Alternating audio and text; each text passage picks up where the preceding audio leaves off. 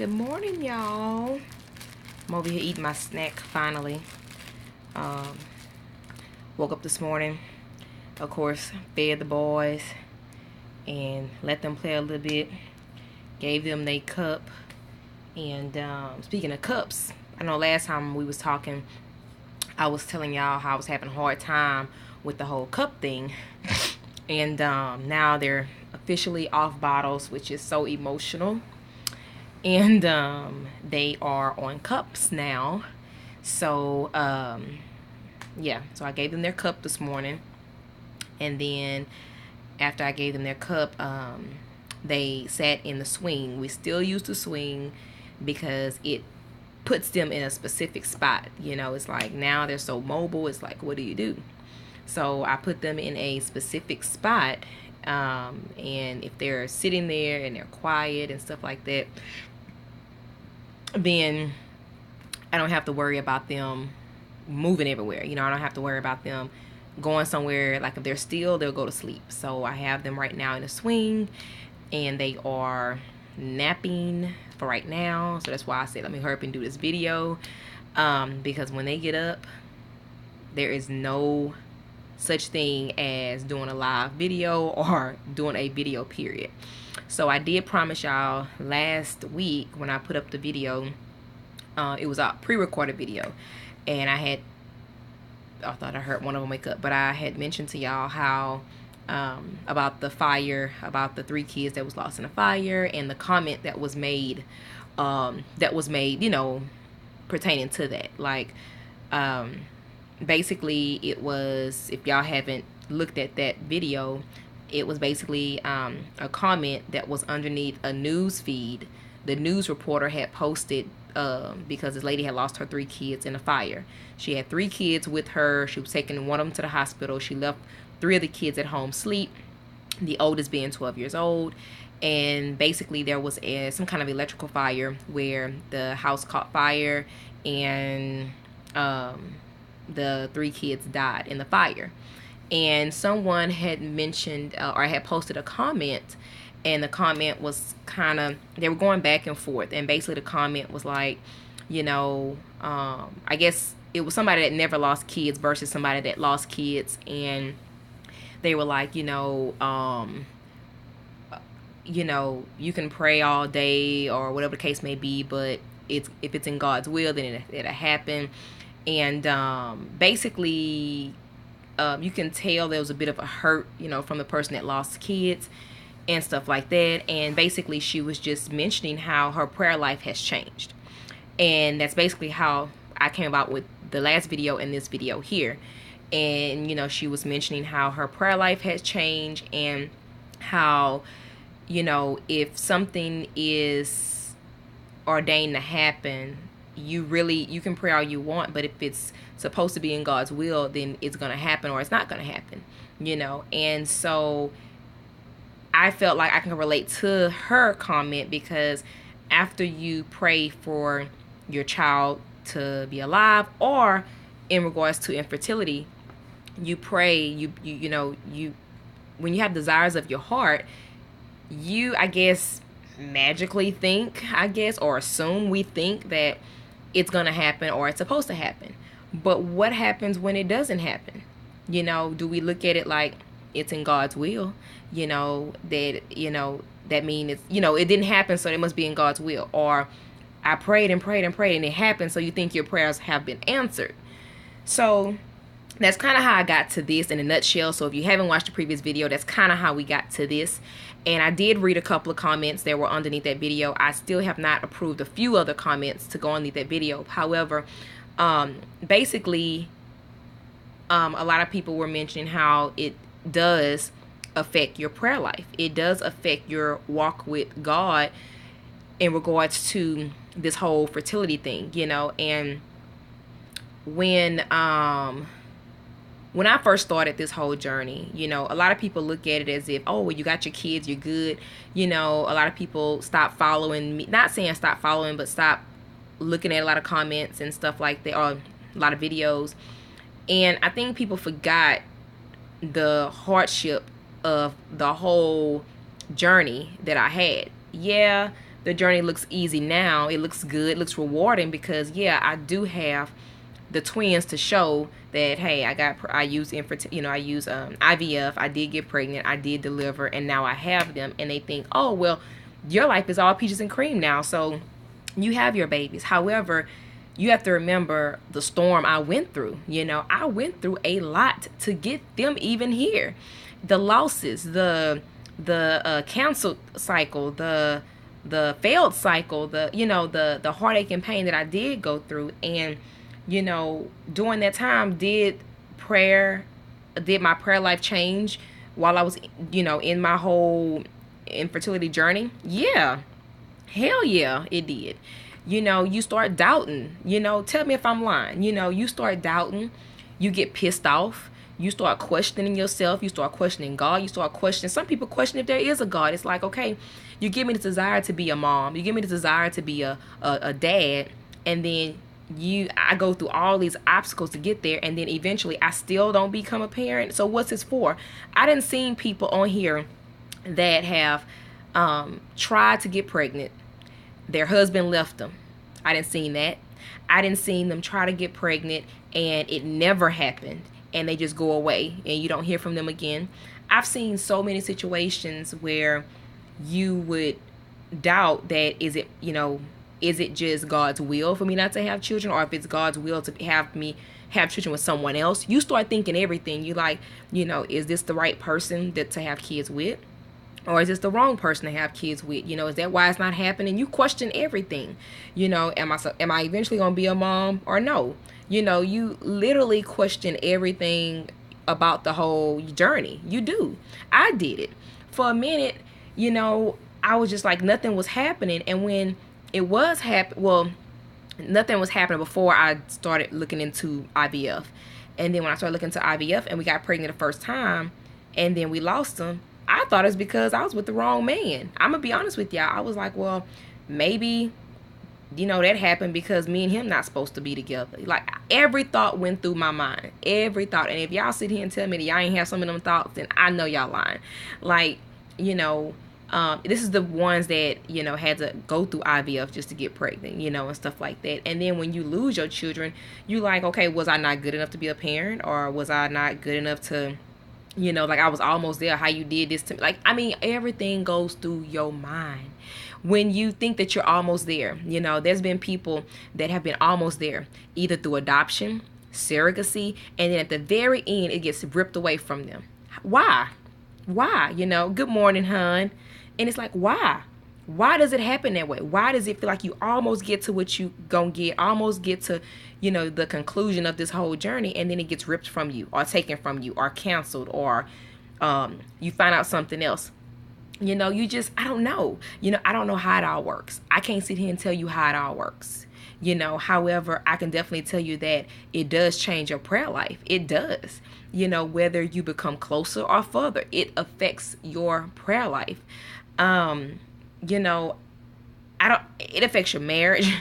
It affects a lot of things, so I can keep going on and on about that. But like I said, the whole point of it is about this whole, you pray, and I'm not trying to, steer y'all away from your prayer life. I don't want y'all to look at me and be like, what, she right, I'm gonna change it up. Don't change nothing from what I'm saying. I'm talking based on my experiences and people that I have spoken to, either face to face, via message, or whatever the case may be. And really and truly, I've seen so many people be like, God, where are you in this? Where are you in this? I've waited and waited. I'm almost 50 years old and I still ain't had a baby, and I'm still waiting. And you can use examples out the Bible all day long, but at the end of the day, they're not you. And we know everybody's story is different. You can use those as inspiration. You can use those to know that God is always able to do beyond our thoughts and our wants. However, everybody know that nobody's situation is exactly the same. Even in our IVF community, my situation, what I went through, similar to other people's. Like Sunshine, for instance, similar to hers, because guess what? She lost a baby just like me. Similar. However, are our situations exactly the same? No.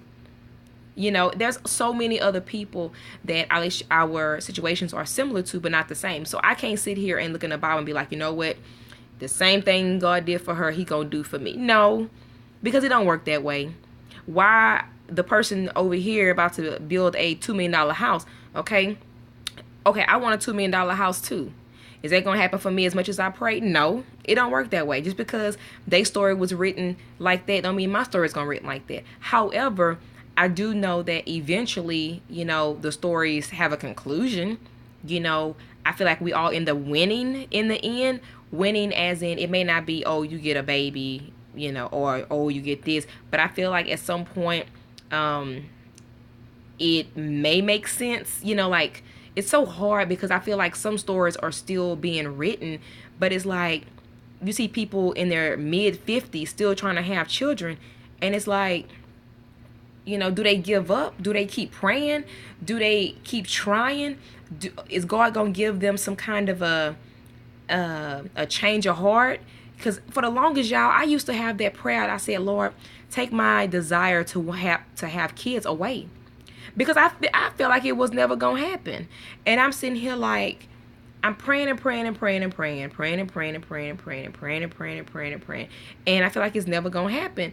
And then when it finally do happen, I'm still kind of like, number one, why did I go through all I went through? Number two, I'm blessed at what I have. I'm so blessed at what I have and how God blessed me. But what I had to go through, I'm still trying to see what was that for. Was it for y'all? And I'm not saying y'all as in something bad, but that whole notion of you go through stuff sometime for someone else. I'm grateful I get to help y'all out. I'm grateful I get to inform y'all of certain things. I'm grateful of that. Don't get me wrong, because I love helping people. But I could help people without having to bury children. I may not feel those same emotions for someone, but I certainly, could help people, and it's like, I help people prevent loss, like telling them about the tag, this, that, and the third, but it's not going to bring my daughters back. So at the same token, the whole God's will thing, whatever his will, I prayed and prayed for my daughter to make it, and guess what? She didn't. So after that, like I had mentioned in a previous video, it's hard for me to say, oh, I'm going to pray for your daughter because she's ill, or your son, he's ill. I'm going to pray that they make it. Okay?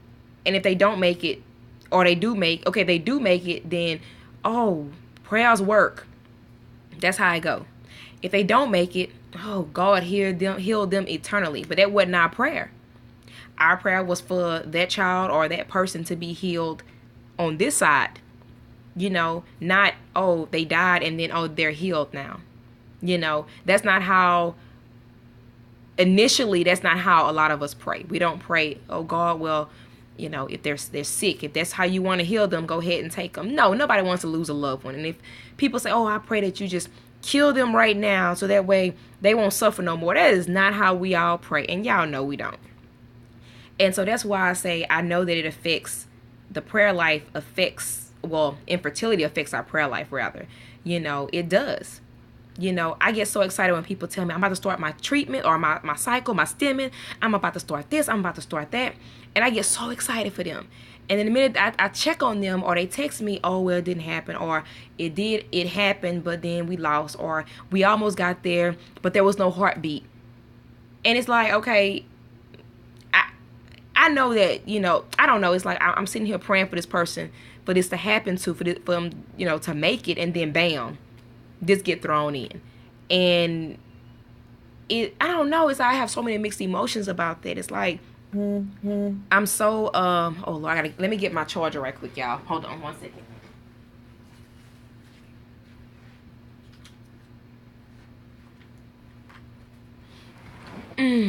Goodness gracious. Hold on.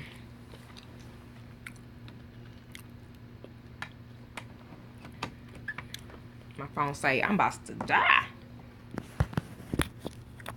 Hold on. Okay, let's see if I can prop it up with the charger. I don't know, they didn't design these very well. The phones, the charger gotta go at the bottom, so you really can't stand it up. So hopefully it'll stay up. So anyway, it's like, what do you tell that friend that you praying for? They be like, LaQuisha, please pray for me. I'm going into my cycle. And like I said, I do pray. I pray, Lord, I pray that it's in your will that this person is blessed with a baby, or this person is blessed this way and that way. But then it's so heartbreaking when they call me or text me and say, hey, it didn't work. But I prayed. And I know it don't work that way. I know it ain't like a magic trick where you like, okay, God, I pray that this happened and then abracadabra it happens. I know it's not like that. However, sometimes it's like you want to see your prayer work.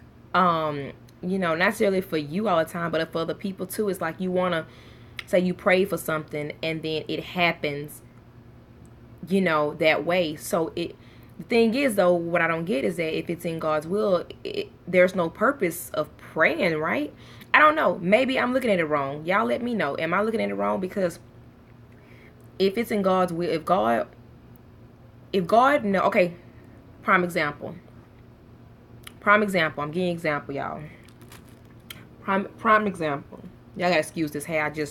I blow dried it and it's just whoosh. Okay, so prime example. Around the corner from me, or blocks down, whatever you want to call it, neighborhood area, there were two teenagers, and they were high school students, and they were together driving somewhere, and there was a teenage boy. They were 16, I think. They were 16, and he was 17. The guy was driving a different vehicle. I can't say. What you mean low battery? I thought I'm charging. Am I not charging? Oh, goodness. It is charging. I hope it doesn't cut off, because I plugged it in. Okay, it says charging, so hopefully it'll stay charging. Okay, it's charging. It's just because I'm still recording.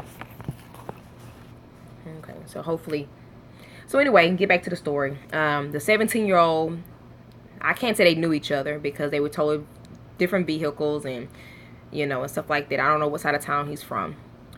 He was driving and he was under the influence of alcohol, and he was speeding, and he ran into them. Their car split in half, and they both died at the scene. The 17-year-old boy that caused the accident, as always, survived. Never fails. Anytime somebody seems like they cause an accident, they live, and the other people die.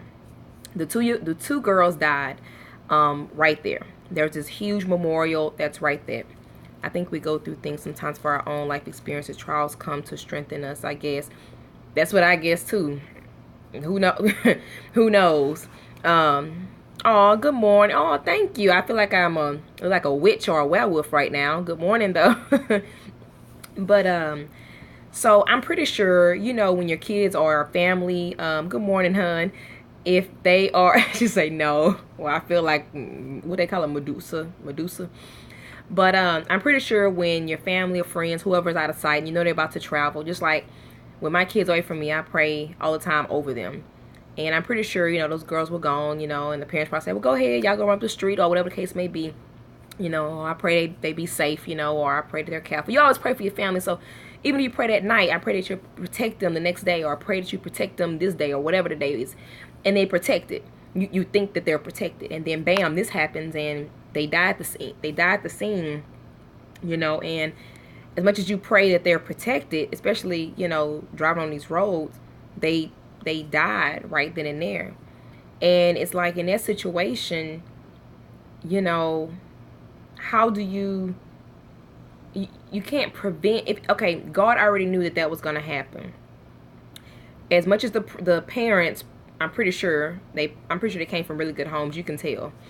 As much as the parents probably prayed for them, this still occurred. So I understand, just like you had mentioned, how God allow us to go through things to strengthen us or whatever. I feel like it can also make us weak. It can strengthen us because it keeps saying low battery. Is it still charging? It's charging. Don't tell me low battery if it's still charging. So I feel like, yeah, we do get strengthened. It help us help the next person out. But I feel like it does weaken us in a sense too, because it's like whenever we get to that point where we're praying and stuff, and we know that our last prayer didn't work, it's kind of like it makes you not as prayerful, if that makes sense. Like, not, it makes you pray but not pray in detail. How would I put it? I don't know, but you know what I mean. Like, it's kind of like, I don't feel like what I went through made me a stronger person. I feel like it weakened my relationship with God. I feel like I feel like I had this huge connection. I feel like I had this huge connection, whereas now I feel a bit of disconnect, but I still feel His mercy and grace upon me, which is a very contradicting situation. So I'm grateful and thankful. It makes you hold back. It does. It does. It does. It really does. That's a very true statement. It does make you hold back. It makes you hold back a lot, because you know how when you're on Facebook or you're on a social media and somebody says, Lord, y'all please pray for my such and such. And you're like, okay, I'm going to pray, or whatever the case may be. And in your head, after you've been through so much in life, that you're going to pray. You're going to pray, but it's not going to be the prayer that you probably would have prayed before. I used to put people in my prayer so crazily heavy, like so heavily. And then after the loss of my girls and stuff, I literally don't be knowing what to say.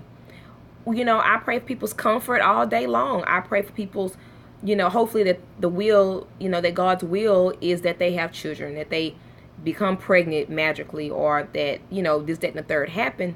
But it does make you hold back on a lot, because every time I get so excited about, I'm going to pray for this person, pray for that, and every time I get so excited, I feel like I get failed with seeing that it didn't happen, or that they died, or like, okay, y'all remember Aiden? I don't know if y'all remember Aiden, the little boy that had cancer.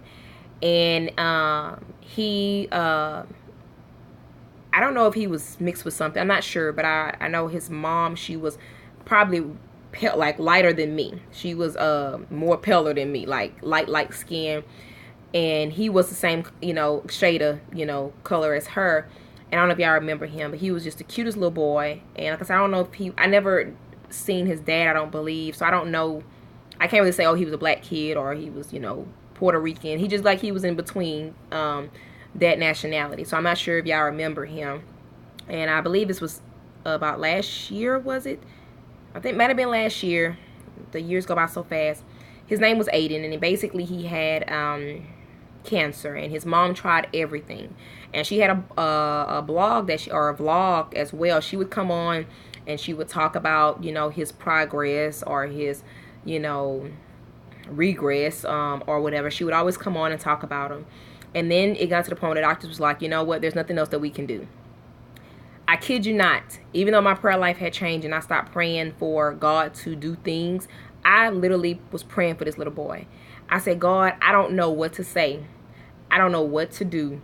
I said, but God, this little boy, he needs your help. He needs you to heal him here. And I was specific, because I know that even if he's healed on the other side, in heaven, and this mom is going to ache no matter, she can say all day, or anybody can tell her all day, your baby's healed in heaven. Anybody want to hear that? Nobody want to hear that. Like, at the end of the day, nobody want to hear that, and for everybody, the world, I feel like everybody was praying for this little boy. At the end of the day, nothing worked. Nothing worked. And he died. I believe he died in her arms, as a matter of fact. And it's so sad, and, I know I remember, reading the Bible, how God but God used to talk to people, and I feel like before all this happened with my girls, I feel like I used to hear his voice so clearly. I feel like I used to hear him say, Quisha, don't make that left turn. Quisha, go straight. Quisha. And I feel like I lost all of that when that happened. And I understand, people gonna lose people all day, every day. It's gonna be somebody, losing somebody. That's just life on its own. But when you see somebody that's ill or sick or in hospital, or knowing that could be upon them, and you start praying for it not to happen and for them to be healed on this side, and it doesn't happen, then I feel like it does weaken you. I feel like it does prevent you from having that closeness that you would have, or that you normally have had, or had, or whatever the case may be. With God, I feel like you lose a bit of that. I think every time I feel like you lose a piece of faith. I just feel like, I don't know, it's one of those hard things to explain, because I feel like each time you get turned down, each time you get given the word no, the answer no, the rejection, or every time you feel like, oh, my period's late and I might be pregnant, whatever the case may be, I feel like a piece of your faith, or a piece of your prayer life, or a piece of your relationship with God is taken away, and then when you finally get your blessings, you kind of feel numb. Like when the boys came, of course I feel so blessed. I still feel blessed. I felt so blessed and honored to have them, and to be able to look into their eyes and see me, look into their face and see me, just all that good stuff, and at the end of the day, I still felt like I would have felt the same way that I felt with them if I would have had my girls here too. So it's like, what was that for? The loss of them, how did that benefit me? Or is this whole being that we have, this whole us being alive, is for teaching and learning, for helping others through our failures or our experiences or our situations? Is that what this is all about? And I know, like my mom was telling me too, she was like, I know one thing, she was like, I feel like you appreciate the kids a little more. Like, not saying that I would never appreciate them, but it does make you a lot more patient. It makes you a lot more appreciative of certain things, things that I probably would be upset about them doing, like breaking a bowl or doing certain things. It does make me a little bit more softer in that nature, whereas when it was just LeBron and he was doing things, I'm like, no, don't do that, leave that alone, and whereas with them now, with them having to be, be taught not to touch stuff, I'm a little bit more patient on that. I'm a little bit more, they touch something, I'll repeatedly go sit them down before I'm like, no. So I can say that I'm a little bit more patient with that, because I'm a little bit more appreciative that I have them, and they just weren't given, if that makes sense. But I literally ache for those of you, and I literally ache. Like, I think about y'all all the time. Like, I don't think y'all understand how much I think about y'all, and how I sit here and be wishing sometimes that I had that power to just touch somebody and be like, pregnant. I told my husband, like I said, if we win the lottery, I'm gonna help a couple of women get pregnant. Like, I literally would put my money into y'all before I put my money anywhere else, and it's just because I know that a lot of y'all been praying for it to happen. And it's like, what happens if it doesn't happen? For those of you that haven't gotten pregnant yet, that haven't had your baby, and you're up in age, and you on a time clock, and stuff, and finances are not there, how is your prayer life going? Are you still strong like you was the very first day you started this journey? Are you still that strong woman? Are you still that person that say, I still believe, I still have faith after 15 miscarriages, after 50 so many losses, after you almost get there and you're at a detour instead of, you know how they have like you're right, your destination's right there. I talked about this before. Your destination's right there, but right till you get to the street, the parking lot is on the other side of the cones, but you on this side, and they tell you this is where you're supposed to exit, but guess what, there's a detour. So now you got to turn left, go up, make a right, come down just to get to the parking lot. Whereas in the beginning, you could have just went straight and turned into the parking lot, but then there's a detour. How are y'all dealing with y'all's, prayer life right now? Maybe y'all can teach me something, because we did decide that we're gonna do another cycle, and when the boys turn 2, we plan on doing another cycle. So I want to enjoy them as much as I can while they're in this baby toddler stage.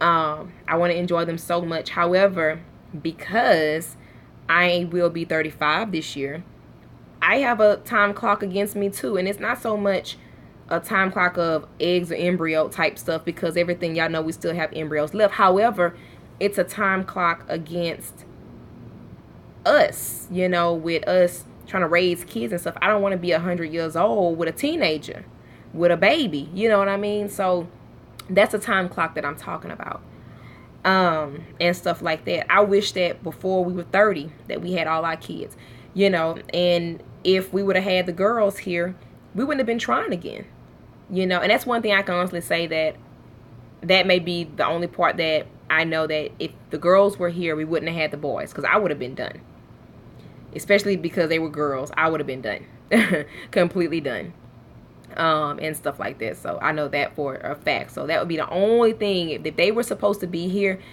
then that's the only way that I can say that they would be here, because God knew that I was gonna be done, because I was fine. I was content with the girls. But now I'm content with my boys. Don't get me wrong, I'm content with the boys. However, I still have a strong desire to have a daughter. If for some reason this one here is not a girl, because we are about 95% sure that we're probably not going to do the testing, unless Beyonce watching right now and she would like to donate, or if somehow we are blessed with the amount of money, the $7,000 extra that we have to pay to get the whole testing done, to get the gender reveal, then if we are somehow blessed with that, then we're going to find out. If we are not, we're going to do like most people do and just put one in and pray. I know, very contradicting. Pray that it's a girl. And if not, then that's it. I'm not going to do it again after that. I think that's enough. It was interesting listening to what you said, ma'am. Have a blessed day. Aw, thank you. You have a blessed day too. So that's what's going to happen with that. But that's where I am. 38 in September. And I feel time is ticking. On top, let's see, on top, got 3 miscarriages. I don't know where my faith is. Still have faith in God, but faith for a successful pregnancy is decreasing. See, that's what I'm saying. Like, that's what I get in my inboxes, my direct messages on Instagram. I kid you not. That's the messages I get. People tell me I'm 30-something years old. There's even some that are 40 and hitting 50. And they're like, I don't know how else to pray, and it's like you said, you still have that relationship with God. However, that desire that you have, is that going to be met? Why have the desire to become a mom if it's going to take all it is to become a mom? And don't y'all see too, this is the thing that kills me. The stuff you want in life, you have to fight for it. We have adopted a baby girl, but my womb still desires to conceive successful. And see, preaching to the choir, right? You preaching to the choir. That's exactly how I was. And it's like, as much as you look into her eyes, you're not going to see yourself. There's not going to be a reflection of you. And I think that's the part that gets all of us.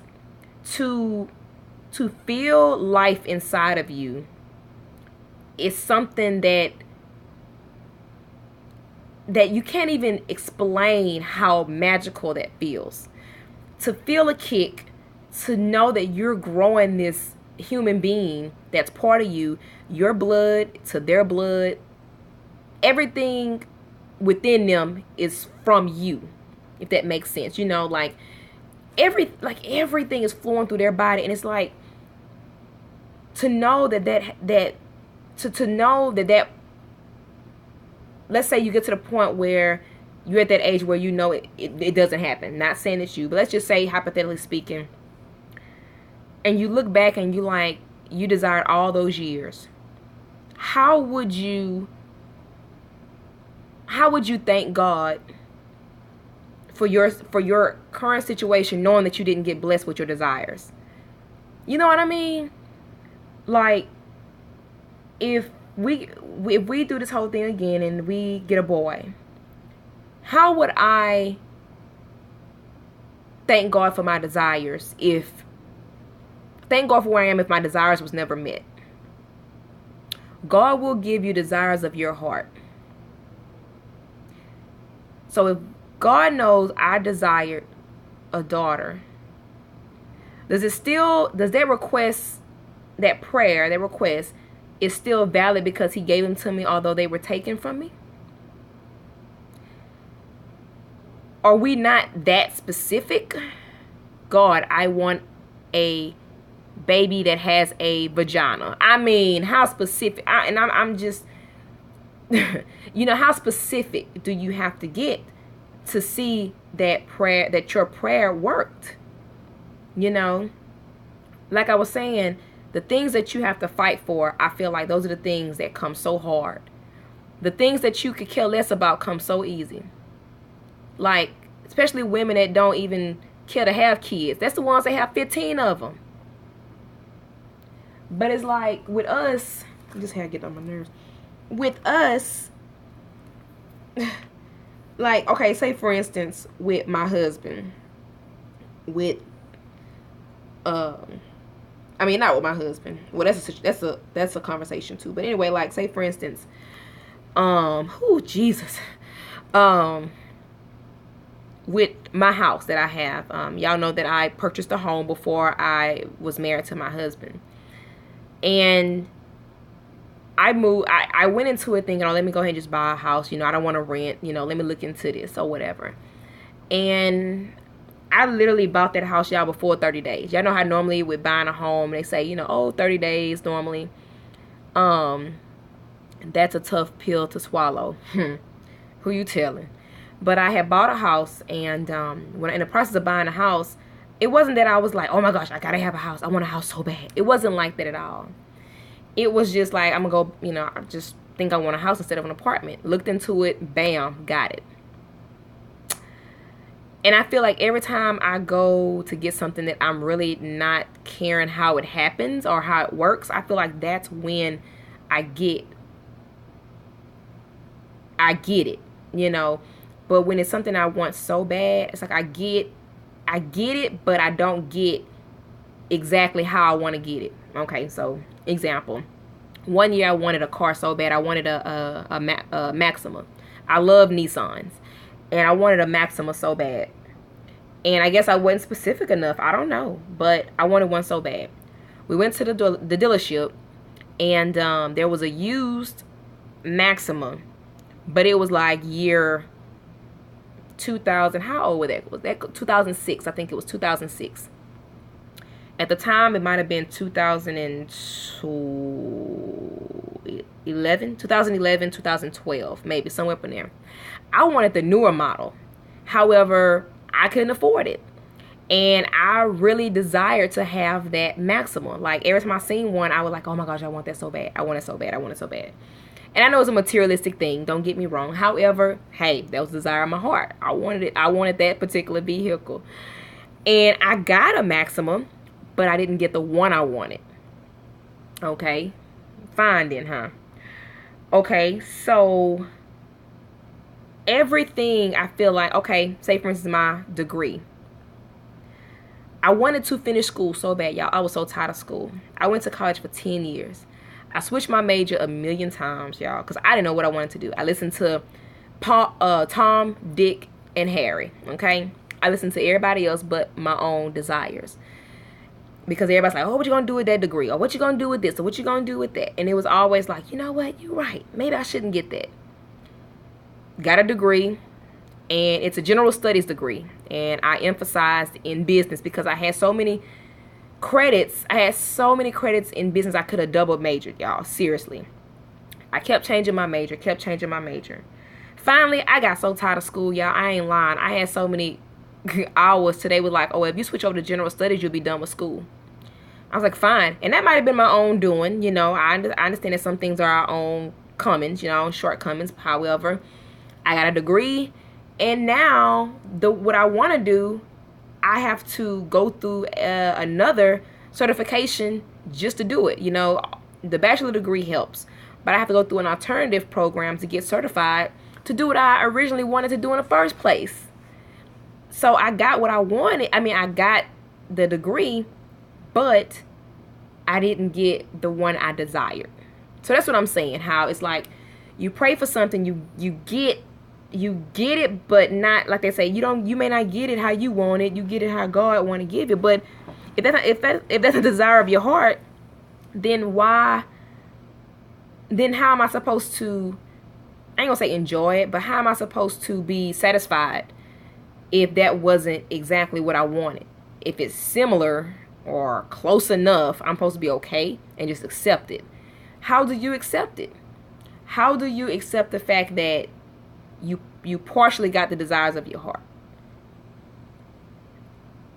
You know, what happens, like I said, when at the end of the day you get to the age where you can't have kids anymore? All of that, oh, this person's in the Bible 99 years. Okay, look, it's a new time and era. And have we seen any, well, I ain't gonna lie, we did see a woman that was on Facebook, and she was pretty old, and she conceived. So I can say that, okay, maybe that still happens. But don't it kind of feel like kind of far-fetched sometimes, like things happen to the most random situations or random people, and you kind of like you want something extraordinary to happen for you to know that God is still in your corner, to, you know, like say for instance, if I got pregnant right now with no tubes, I'd be like, I don't know, it's like some things, I ain't gonna say I want God to act like a genie and just say abracadabra and bam, and then have me back on track. But sometimes I be wanting to see him work mysteriously, you know, to remind me that, hey, you know, see, I can bless you abundantly. See, I still can bless you. You know, like just to confirm, like confirmation, knowing that God, you still there, and you still in my corner, you know, about my wants, my desire. I don't know, it's like, it's kind of hard to put in so many words. It's like, I know what I want to say, but it's kind of hard of saying it. But it's like, what happens, you know, what happens when you pray, you know?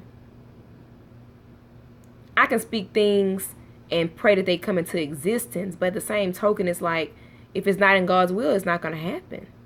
If it's not in God's will, you can pray like until you're blue in the face.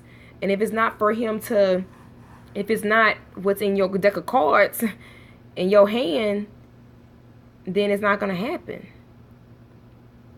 I never thought I was going to see the day that I was going to have flesh in front of me. Like, I knew, okay, I can get pregnant. I found that out. Then, bam, I got girls. Then, bam, I knew I can get pregnant again. You know, I was like, oh, pregnant's that's not the part that I can do, you know, that I'm having trouble with. I can get pregnant, and then, bam, we have a failed cycle. Oh, well, show me wrong, prove me wrong. You know, and it's like, when do you get to that point where you kind of like, God, whatever's in your will? When do you get to that part when you like, God, if it's in your will for me to not have kids, then it is what it is? Who have gotten there yet? Anybody watching? Anybody watching has gotten to the point with anything in their life that they say, you know what, God, if it's in your will for this not to happen, or for something not to happen, I'm okay. And you truly okay. Has anybody gotten to that point yet? Can you explain how you got there? Like, I would love to know. I would love to know. I thought I heard one of the babies, but I would love to know if anybody has gotten there. That's like we're in an apartment right now, and y'all know we are, you know, in the midst of doing some stuff to buy a home. Could I honestly say, God, if if it's not in your will for me to move, I'll stay in this apartment and I'll be happy with it for the rest of my life. Anybody out there done something like that where whatever you pray for, it has not happened in all these years, and you can honestly say that you can live with it not occurring, that you will literally be okay whether you do or don't? Anybody out there? Could you teach me something? Can you teach me how you conquered that fear of it not happening? How you conquered that emotional side of it not happening? I feel like if I would have still been trying and not had kids, I would have been an emotional wreck. My husband was getting ready to give up on it. He was like, I'm fine. You know, we have LeBron and I love him. And, you know, he's our son, blah, blah. You know, if it never happens, then I'm good, you know, with my son. That wasn't good enough for me. Like, I was like, no, I want to feel life in my womb. And I want to, you know, honestly, I say that at the end of prayers, but I'm still believing for my prayer desires. I'm not there yet because desire is still so strong. And see, so right now, like you said, God, if it's in your will, are you emotionally okay to be like, to really say, like, we can say it all day, but emotionally and just in the depths of your soul, are you really okay with it not ever happen? For you to go through all this infertility treatment, every treatment, to keep going, or trying to get pregnant, and if it never happens, right at this point, you can say, God, if it never happens, I'll still be the same person I am today, tomorrow, you know, years to come. I'll be the same person years to come as I am today. Would you really be okay with something not happening? So when someone gets there, is their heart saying that, or just being beat down? Exactly. That's exactly. So that's what I'm getting at. Deep down inside. Because let me tell y'all, when I was pregnant with the girls and I sat in that mirror and I said, Lord, I love you so much for this. But I said, I love you regardless. That right there, it made me feel like, did I say that and he took the girls to see if I really truly loved him even after he took my desire? Sometimes that's how I feel, and I get angry. I get so angry all over again. If I start thinking like that, I get angry. So I don't want to think like, I don't want to go back to how I was. But when I said I love you regardless, I didn't mean I love you if you gave me these babies or if you took them from me. What I was saying was, I love you even if they were not inside of me. You know, like if I had never gotten pregnant, I would have still, you know, I still love you regardless. But I love you even more, you know, now that I have these girls that I've always desired. You know, and like you said, when somebody say, oh, if it's in God's will, we can say that all day. But like you said, in the depth of our soul, are we really truly okay when we say, we really believe, do we really mean, you know, it's in your will? If it's in your will, if it's in God's will, who is it? Mr. LeBron. Yes, sir. I'm doing a video. What's wrong? Come on. What's up? You get to give me one whole week of you following directions and stuff. So if you show me this week that you can be a big boy and do everything you're supposed to do, on Friday, after you do your chores, you can play your game. Okay?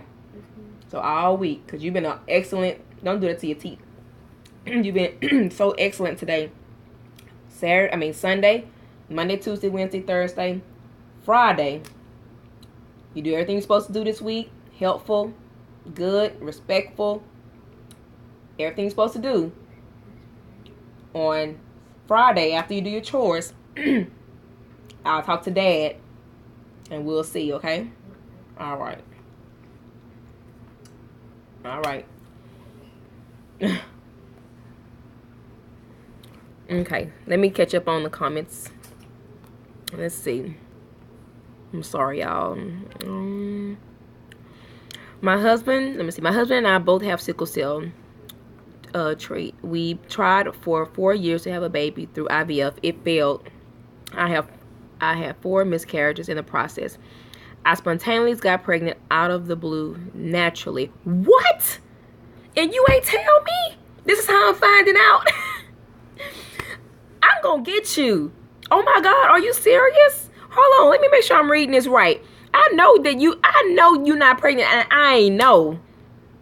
And this is how I find out you spontaneously got pregnant. Are you pregnant now? What's going on? Please tell. I need to know some things. Oh my gosh. Girl, that made my day. Wow. Well, it ain't. Let's see. Well, it ain't me. I am standing and decreeing that his promise will come to pass even when it comes to buying my first home. I walked around for 7 times asking for God to open the floodgates and price be great. Let's see. Well, I am standing and decreeing that his promises will come to pass. Well, see, that's the thing. I'm the same way. I'm going to continue. I am 16 weeks. Gosh! Shut up! You 16 weeks? And I didn't know? Oh my God. What? Oh my God, I'm so happy for you. Congratulations. When were you gonna tell me? When you was delivering and gonna send me a picture and say, hey girl, look at the baby? I'm gonna get you. I'm screaming right. Oh my God, congratulations. Wow. Make sure you put your registry up so that way I can send something. Oh my gosh. This right here, now see, that was a praise break. That was a praise break, right? Like, see, that right there is, I feel like that is what I look for when I say God, when God works in mysterious ways. That's what I mean when I say I be wanting God to do something, you know, mysteriously, like that. Because like you said, you tried, you know, you did this, you did that. Try to get doctor's help. Bam. Uh-oh, somebody's up. Hold on, y'all. I think hopefully one just up. Hold on.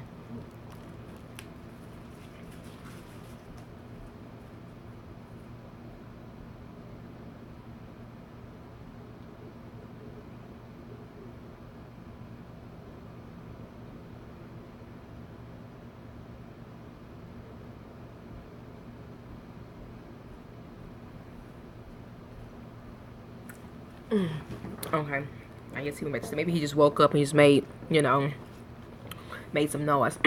Yes, a testimony that just made me say hallelujah. That's what I'm saying, like that. That's the kind of stuff that keeps me going. That's the kind of stuff that had me feeling like, remember that movie, God Is Not Dead? That's the stuff that make me feel like there is still a God that's looking out for our community. But I'm so nervous because there's a 25% chance that my baby might have sickle cell. And I feel like God, that's out of my hands. Right. But I feel like in your situation, that baby is ordained to be here. And what I mean by that is because after all those attempts, regardless, we're gonna you know, pray that it's in God's will that this baby is just 100% healthy. However, I feel like whatever the case may be, God wanted that baby to be here so bad for you to go through all that stuff and for him to still show up and be like, you know what, I'm for the sure that I'm still here, I'm still in her corner. And then bam, you know, I feel like regardless, he's gonna make sure that the baby will either get the best care if they, you know, do have sickle cell, whatever the case may be. I feel like God is going to be in your corner because he ordained this baby to be here, if that makes sense. So like, after you've been fighting, my point, sometimes things are out of control. Yeah. So I feel like God's going to give you all the necessary tools to deal with sickle cell if that's the case. Or this can be the biggest, like, miracle, because, you know, you got pregnant naturally And then that baby may get tested and may not have nothing. Like, nothing at all. Look how many women, and this sickle cell and AIDS are totally different. Trust me. I have family members that have sickle cell. So, but they have babies that have been born by their mothers that have AIDS. And they never, ever have it. And that's why I say it could be a strong possibility that this baby does not have sickle cell. And what I would do is, I ain't gonna say, you know, pray, because I'm one of them things like, you know, if it's in his will or not, whatever. I would put that out my mind. I wouldn't even put that in the atmosphere. I wouldn't even speak that as a possibility. I would every day just speak over my baby and be like, my little healthy baby that don't have sickle cell. Like, I would continuously just put that out there. Girl, I was shocked. I was in the process of doing another round of IVF. He or she may not have nothing. God is still in the blessing business. Right. Like, nothing. Like, that right there. Like, you just don't know. This was my whole, like, you blessed my whole Sunday. I know I wish you would have told me sooner, because, you know, I'd be wanting to know. I'm nosy. Nah, but I'm glad you told me this on today. Especially doing this video. Because here we are. We talking about, you know, our desires of our heart and when it's gonna happen, and are we okay if it never happens, and does it change our fate? And you never gave up. And I know as long as you've been watching me, you've always been the person that's been talking about God and keep going, and God got you, and I'm praying. And then here you are, bam, this happens, and then you're you're a testimony for us. You're an example for all of us to say, like what's her name said, you know, God's still in the thrifty for real, that God is still in the blessing business. Mine's too. Yes, she did bless us. I'm still nervous to tell people I'm pregnant. It still doesn't feel real. It's never gonna feel real, baby. Let me tell you. I have 2, y'all. There'll be 1 in August. 1. Me and my husband still are in disbelief. We look at them, we're like, like, they talking, they trying to walk, everything. We like, it's never gonna feel real. When you deliver, it's not gonna feel real. When you holding, not gonna feel real. When you breastfeed in a bottle, whatever, it's not gonna feel real. And I have a feeling that when they graduate, I'm still gonna be like, how? So it's not gonna ever feel real. It's gonna feel like you dreaming. I still feel like I'm gonna wake up one day and this is all gonna be just a dream. And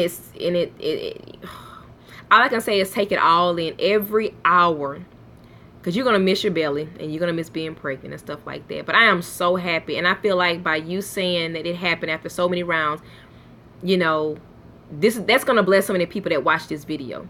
Like, the reason of this video was for you to share your testimony. I feel like this baby was destined to be, yes, next president, I don't know, but hey, yes, that baby was destined to be here. And that's why I feel like too, it's like when things happen like that, and you're like your situation, I look at it like, after all them, you know, embryos that didn't make it, this and the third, and then bam, this baby come. Because I'm pretty sure, you know, y'all wouldn't have been trying like y'all trying. It would have been like going through the round of IVF, you know, picking this, picking that. But God was like, no, this particular one I need to come into this world. This particular one. And you know, it's so crazy, like when you tell that baby how special that baby is to you because of what you had to go through, and it's in the third, and all of a sudden it just happened. And see, that's what I wish could happen. We still need a woman president. Right? Right? And you should be knowing what you had. Wait a minute. You should be knowing with 16 weeks. Do you know what you haven't yet? Are you doing a gender reveal? I'm a control freak. God, nope. I got this on my time. Yeah, that's another thing too.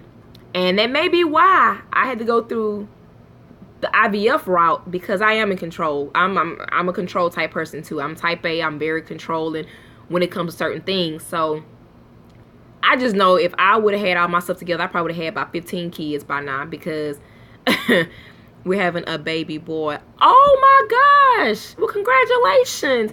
Now see, I didn't learn pregnant. I didn't learn neither gender. What else I don't know? Oh my gosh. You don't understand how happy I am for you. Like, you just don't understand how happy I am for you. And you know what? If I wouldn't have been, your husband wanted a junior.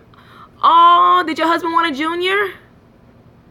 Your baby is a world changer. Before your baby made it into this earth realm, it changed someone's world. Mine, I was down this morning about fertility and seeking God. Got on YouTube to this. See, it's y'all see, I can't be still no more. Like, I'm just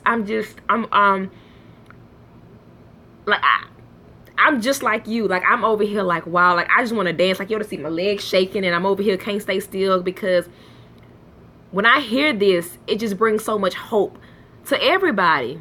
You know, not even just the people that haven't gotten pregnant yet, even the people that has gotten pregnant. Like, it still fills me up with joy to know, to see that God is still working in the community.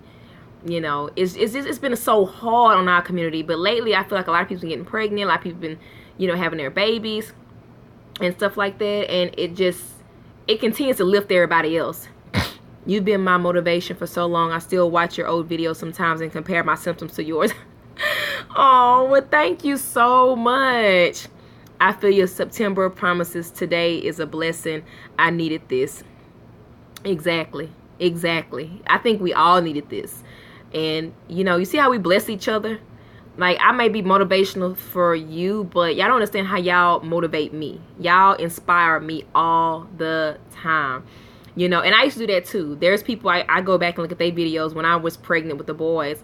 I used to go back and look at other people's videos, and they were like 2003, 2004, like real old videos. And I'll still go back and, you know, but, you know, we needed that. After the beginning of this video, how we were talking about, you know, pretty much where is God in this? Our desires, are they still going to be met? And then bam, you drop it. And you wait until the very end to drop that on us. Now, this whole time you've been listening, I ain't been saying nothing, and then you decide to drop this on us.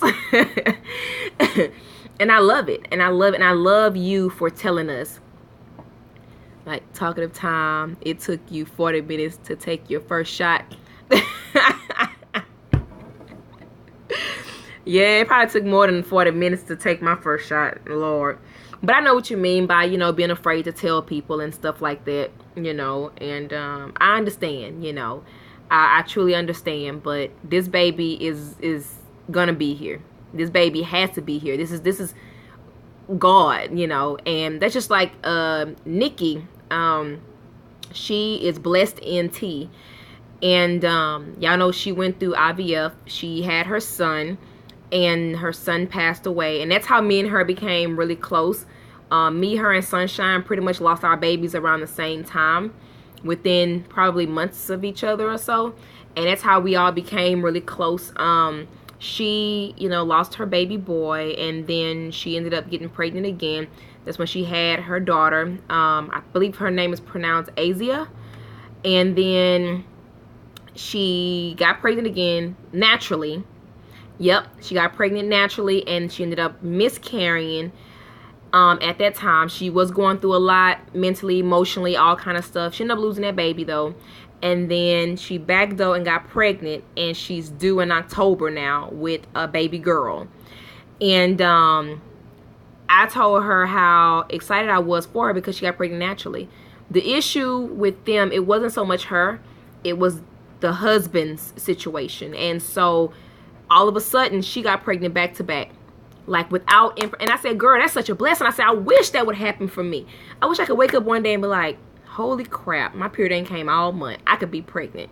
You know, I wish there was still a percentage that I could still get pregnant on my own.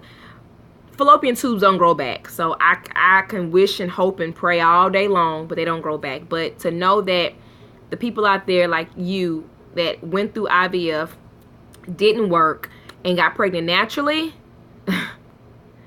or those that went through IVF and successfully got it the first time and then backdoored and had a baby after that, like that kind of stuff is what we need to hear.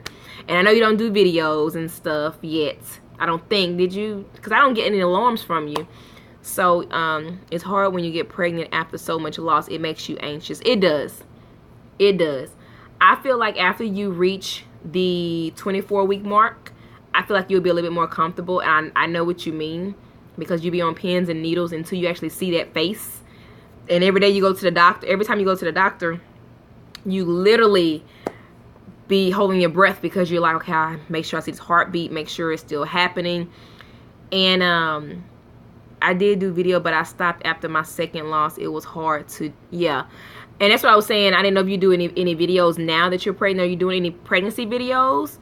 And I would definitely say do a video that about this. Do a video that shows that you went through all of the losses and IVF and all of stuff like that, and then bam, you got pregnant, you know, on your own. Like, you need to do a video for those out there that need this type of talking, this inspiration, this motivation, or whatnot, because it's motivation to those, you know. And I just hate, like, there's one lady, I forgot her name.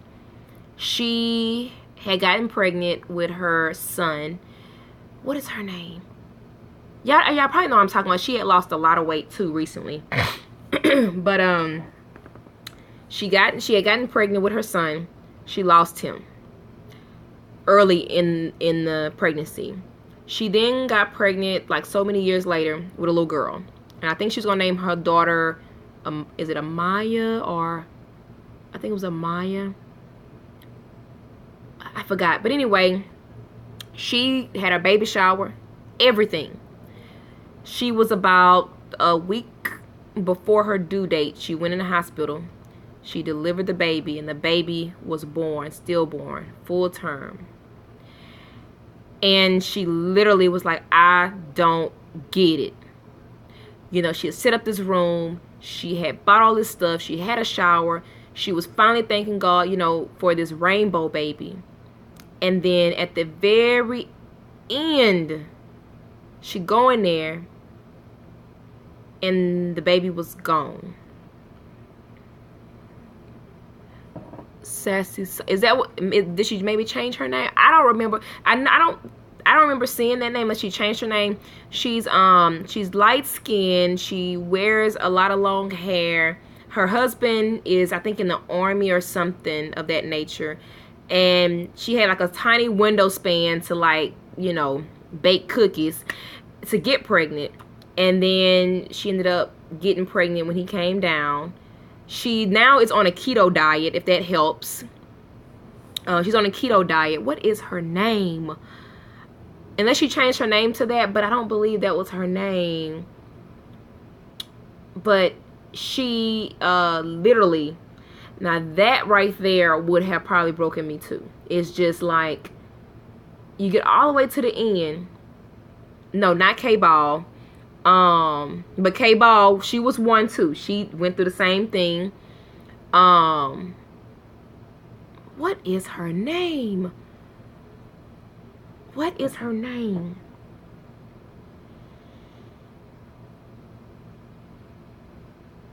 I'm gonna have to try and put it down below because I don't have I see her face, but I just can't think of her name. She used to do a lot of makeup tutorial videos. She used to do a lot of like clothes hauls, talk about hair products, talk about facial stuff, makeup. She, like I said, right now she's on a keto diet. What is her name? Is her name Bianca? No.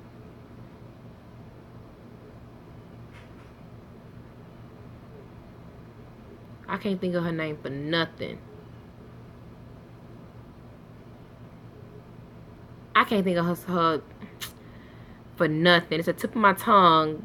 It's like it's there. I see her face, but I can't get it out. But anyway, she, like I said, she went through that, and this was about a year ago, about a year and a half ago. And she was just saying she don't understand. You know, and I don't know if her relationship with God has gotten stronger or weaker. I don't know that part because she still goes to church and she still, you know, loves the Lord, of course, and stuff like that. But, you know, I think she said they are going to try again. But she is on a diet right now. She has lost so much weight. I think recently she just posted a picture where she lost about, was it 100 pounds or 60 pounds? She lost, you know, a good amount of weight. She looks really nice. But anyway, I used to watch her videos all the time. And then when she posted on a social media site that she had her and the baby went to heaven, I got pissed off immediately. I was just like, what the heck? I was so pissed off because I know how it feels, you know what I mean? And I was just so upset. Like, I was so upset because not only did she have one baby that she literally had to, you know, deliver and lose. This is her second baby that she got all the way to the end. All the way to the end. I gotta go check on my chicken. Y'all gonna have to come with me. But I'm like, who does that? Like, oh. Don't eat laying down, LeBron. That's dangerous. Sit up. Don't eat that apple laying down. You could choke. Okay? That's dangerous. A bad friend takes your camera. A good friend gives you advice. A bad friend gives you pink eye. A good friend carpools. A bad friend drives your car into a pool. Somebody just got a new WFF. Worst friend forever. These are WMD. Weapons to angle. Falling in his sleep.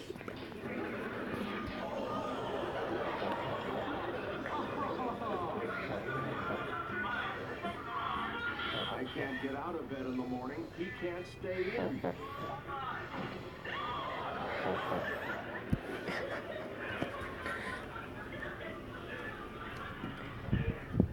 Y'all, he smiled. I haven't caught him smiling in his sleep since he was like a baby. Like, he's a baby, but newborn, whatever you want to call it. I'm like, oh my gosh. Let's see. Okay. I gotta check on my chicken, y'all. Gotta check on my chicken. Ouch.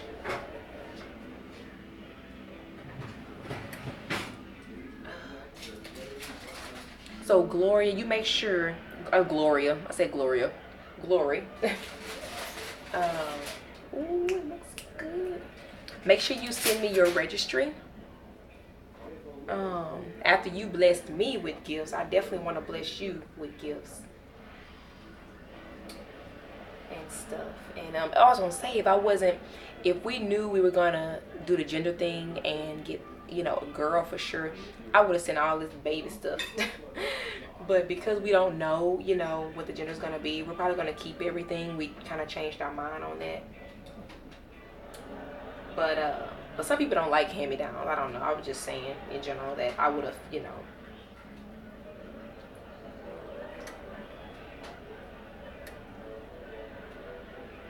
Chicken falling off the bones. Life can be very cruel, yeah, and okay, yeah. Make sure you send me, girl, because that's a celebration, okay? That's a celebration. That is a celebration. Like, I cannot wait. Like, you make sure you do your testimony because it's needed. As you can see, you blessed us. Like, girl, you blessed me with that story. Like, and I did not, all this time, you going around here pregnant and ain't even tell nobody. You good at keeping secrets.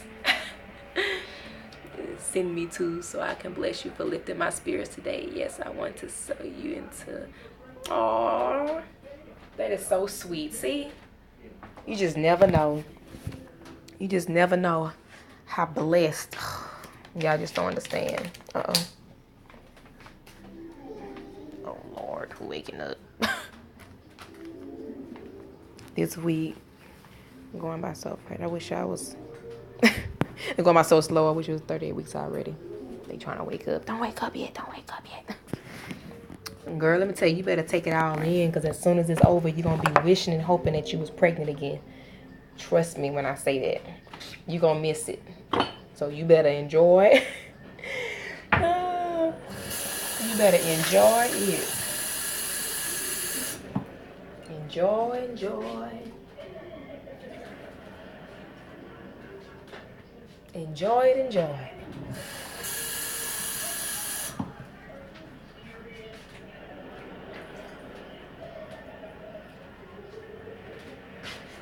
Yep, so, but guys, I'm not going to hold y'all any longer because we've been here for an hour and 15 minutes.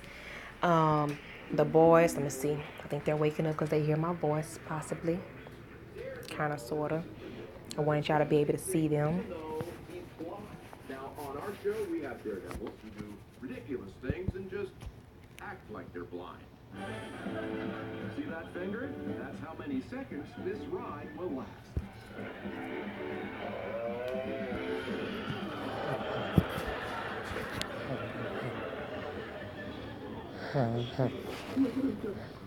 You're never too old to play in the mud.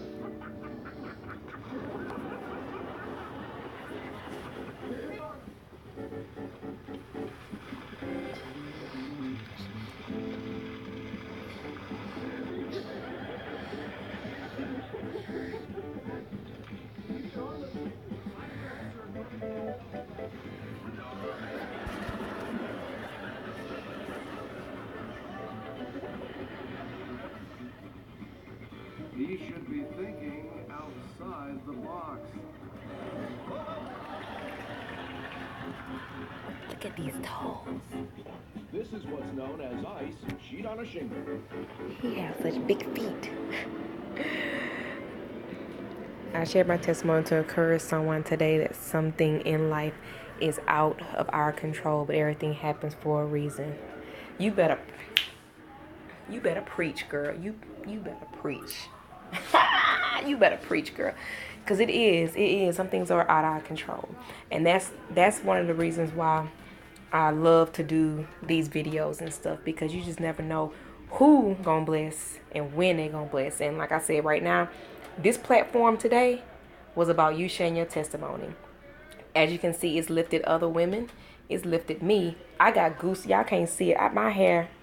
You see my hair standing up? Y'all can't see it. I got goosebumps because like it's such an honor to hear that story. Like I love a good testimony that give you chills, that make your bones just rejoice. Like I don't know, like I just love a good testimony, and that right there, that was it. You blessed so many women on this platform, so I thank you so much for that on this day. Thank you for that. So on that note, make sure you share that testimony so everybody go and follow Miss Glory. And that way we can see that video soon, because I would love to hear your voice and how you talk about it, and talk about how you felt during those times. Talk about, even though you kept striving, you kept going, you didn't give up, and when you thought in all you thought it was gonna end, you thought you're never gonna get to that point with IVF, it happened naturally. So yeah, we love you too, hon. But blessings to everyone. And I really do hope and pray that it is in God's will that all of you, this year, that all of you are getting your BFP. So I really do pray that it's in God's will for all of y'all. And, I love y'all so much. So I hope y'all enjoyed the talk today. But I'm going to go ahead and get to fixing this chicken. Y'all, look at this chicken. It's falling apart. But I'm going to get to this chicken, and I'm going to get to them. They about to get ready to eat lunch. What time is it? Yeah, it's 1 o'clock. So, yeah, they're probably waking up ready to eat lunch. So, I'm going to go feed them and feed myself. But I love y'all. Comment down below. Share those testimonies. Let's bless other people. And watch my last video if you were a little confused on why we had this talk. And the next video y'all see probably next week will be like a recording of our time lapse. So we had a couple of things that we're doing. Also, get ready. We're getting ready to do a new intro. So hubby just started a new job, y'all. Praise the Lord. And so we got a lot of things that's popping right now. So new intro coming, new camera. We're trying to get a new camera. And somebody's up. Say hi. Say hi. Hi, baby. Hi, baby. Good morning. Good morning. Oh, the handsome. Good, the handsome. Good, the handsome. I see you. You gonna show them all your teeth? Does this make you want a Reese's? How about this? All right, guys. So I'm out of here. I'll talk to y'all later. Love y'all.